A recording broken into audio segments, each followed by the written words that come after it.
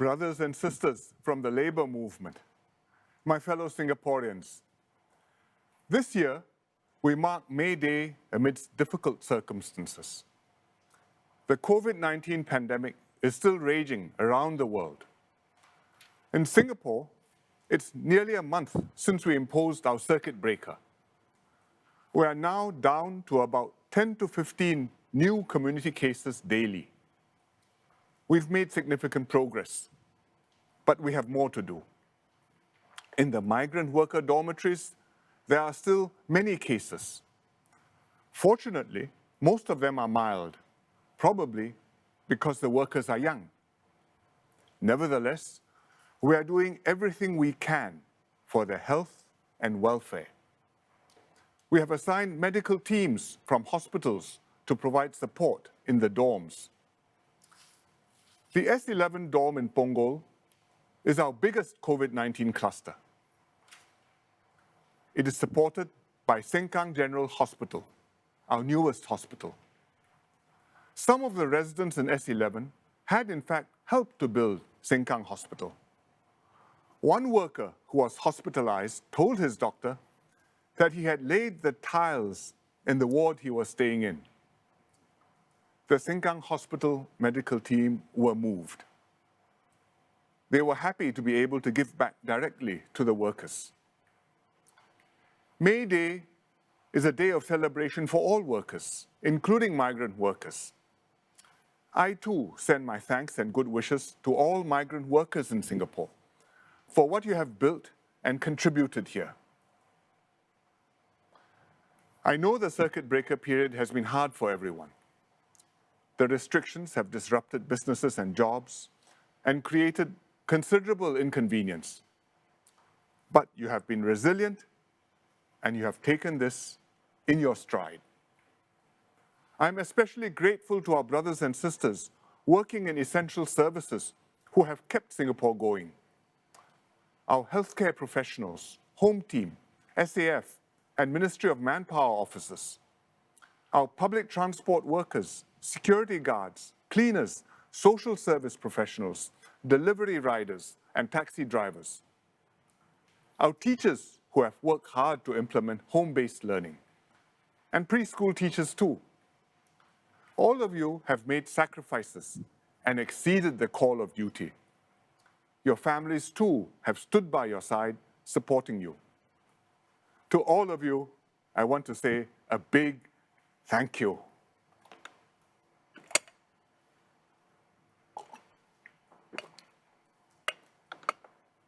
The pandemic has taken a heavy toll on the global economy.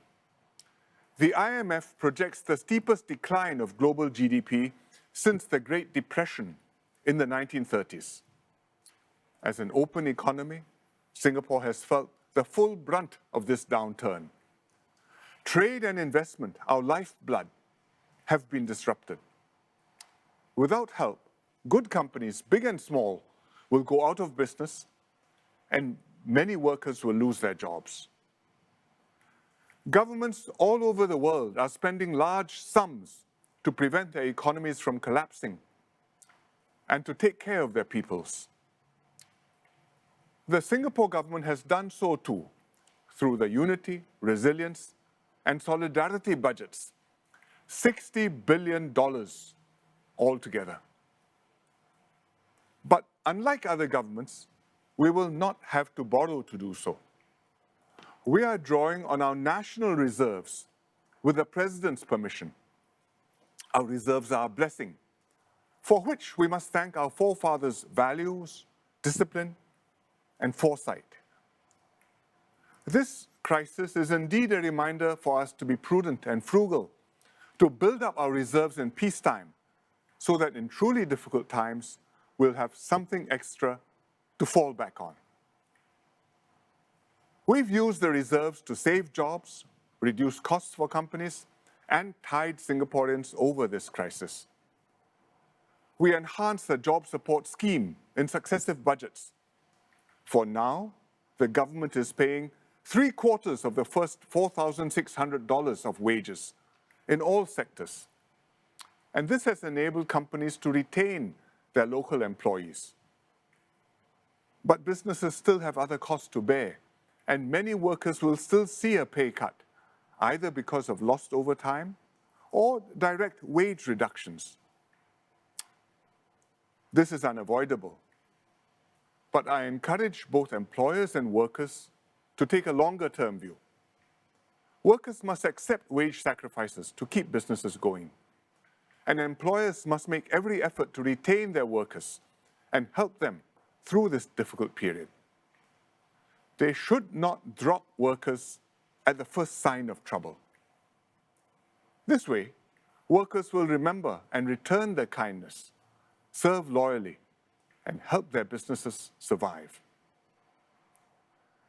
Companies will also be in a better position to rebuild when the economy begins to recover. After we bring down the number of new COVID-19 cases, we can ease the circuit breaker measures and progressively restart our economy. This will not be straightforward. We need to step up COVID-19 testing and speed up contact tracing.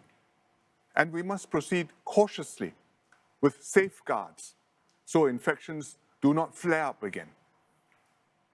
We have kept essential services going, but the rest of the economy will have to open up step by step and not all at once.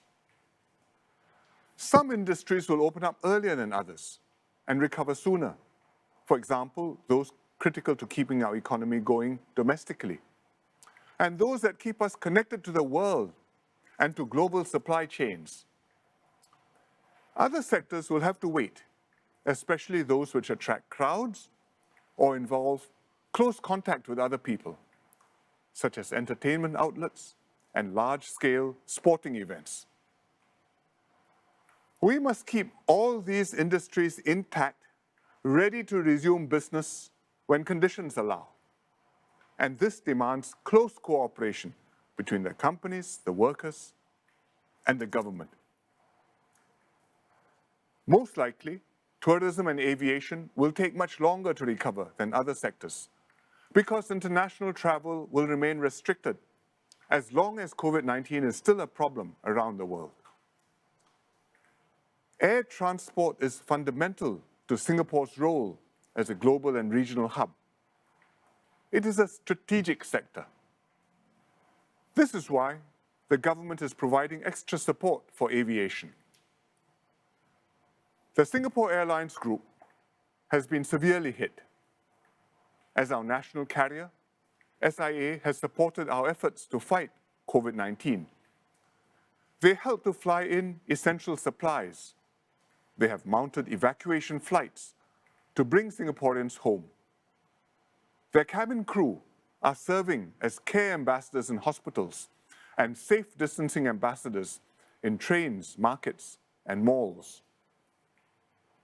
But like most other airlines, most SQ flights will remain grounded for some time.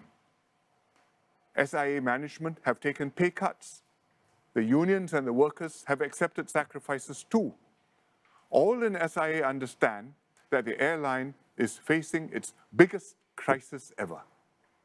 And they are all doing their part to help the company survive. The government is determined that SIA will see through this crisis. SIA has always flown Singapore's flag high all over the world and made us proud. We will spare no effort to enable it to do so again.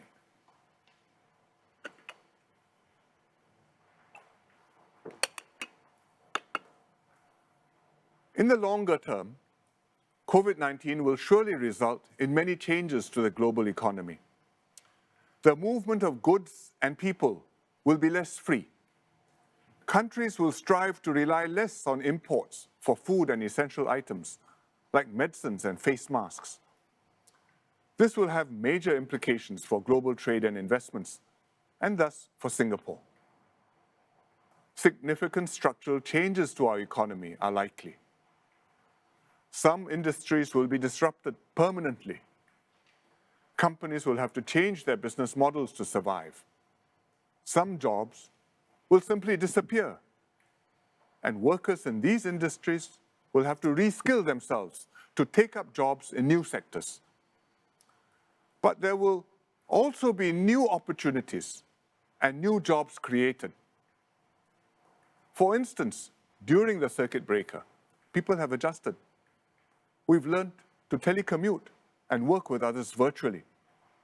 Students are getting used to online learning, and more people are buying things online and making e-payments. We will not go back to status quo ante after the circuit breaker ends. And that will mean opportunities in these new ways of doing things. Other industries like medical services, biotech, food production and delivery, and IT, they are also growing. Even today, many of these firms are seeing stronger demand and hiring more people. We have capabilities in some of these new and growing sectors. Other industries will be new to us, and we'll have to build up our expertise and workforce. We will help companies adapt to this new operating environment and retrain workers for the new jobs available. We will scale up Skills Future programs to train workers on a large scale. NTUC has set up a Job Security Council to help match and train displaced workers for new job opportunities. We will also find ways to buffer freelancers in the gig economy against economic volatility. We will not be able to save every job, but we will look after every worker. Singapore is not alone in having to adapt to the post-COVID-19 world, but our challenge is greater than most because we are so small and so globalized. However, these are also advantages. Our smallness lets us be nimble, and global connectivity means we can quickly identify new growth areas and move into them.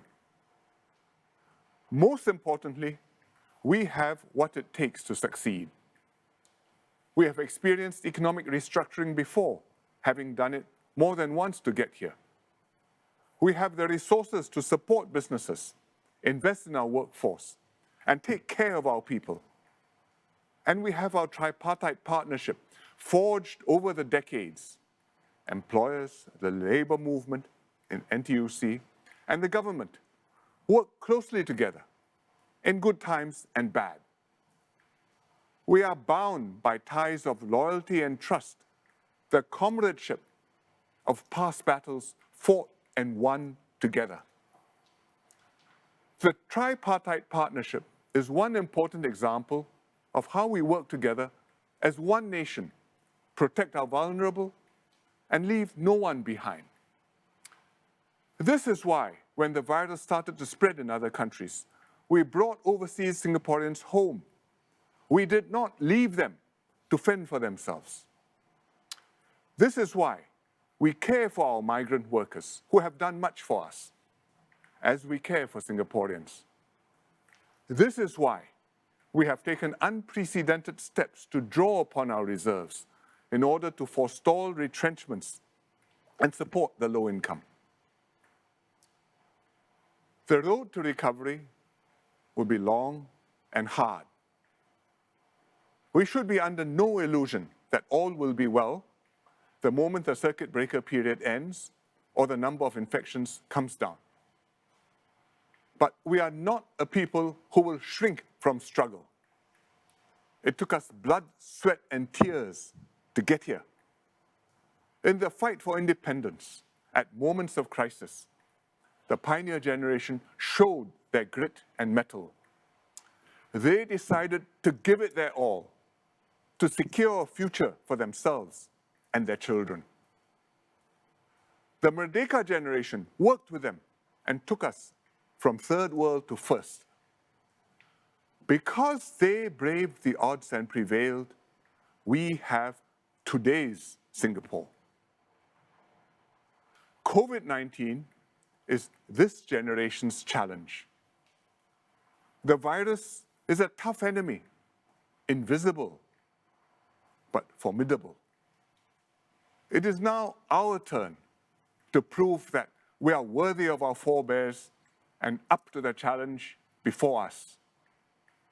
And I have every confidence that we will prove more than equal to the task. I wish all Singaporeans a healthy and happy May Day.